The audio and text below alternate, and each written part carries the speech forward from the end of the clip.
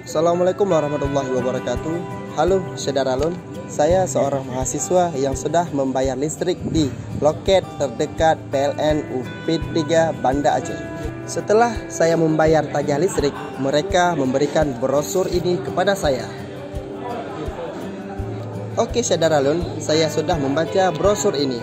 Ada beberapa hal yang harus diperhatikan tentang peduli bahaya listrik. Yang pertama, hindarilah menanam pohon besar atau tinggi dekat jaringan listrik seperti ini. Ini salah. Ini yang sebenarnya.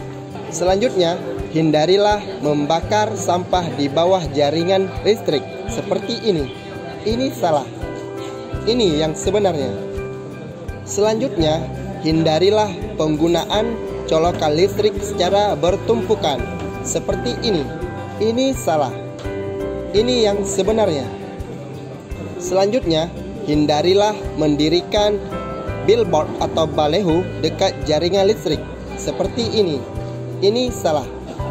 Ini yang sebenarnya. Selanjutnya, hindarilah mencantol jaringan listrik secara ilegal seperti ini. Ini salah. Yang sebenarnya. Selanjutnya, hindarilah bermain layang-layang dekat jaringan listrik seperti ini. Ini salah. Ini yang sebenarnya. Selanjutnya, hindarilah membangun atau memperbaiki bangunan dekat jaringan listrik seperti ini.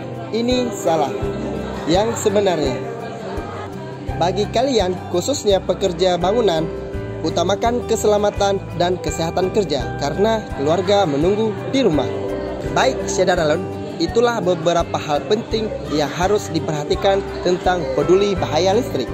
Nah, bagi Syederalun di wilayah Banda Aceh dan sekitarnya yang mempunyai keluhan tentang listrik, bisa langsung hubungi call center di bawah ini, atau bisa langsung download PLN Mobile di aplikasi Play Store atau App Store.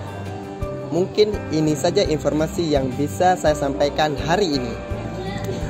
Sepertinya saya harus kembali ke kampus. Terima kasih Syederalun. Wassalamualaikum warahmatullahi wabarakatuh.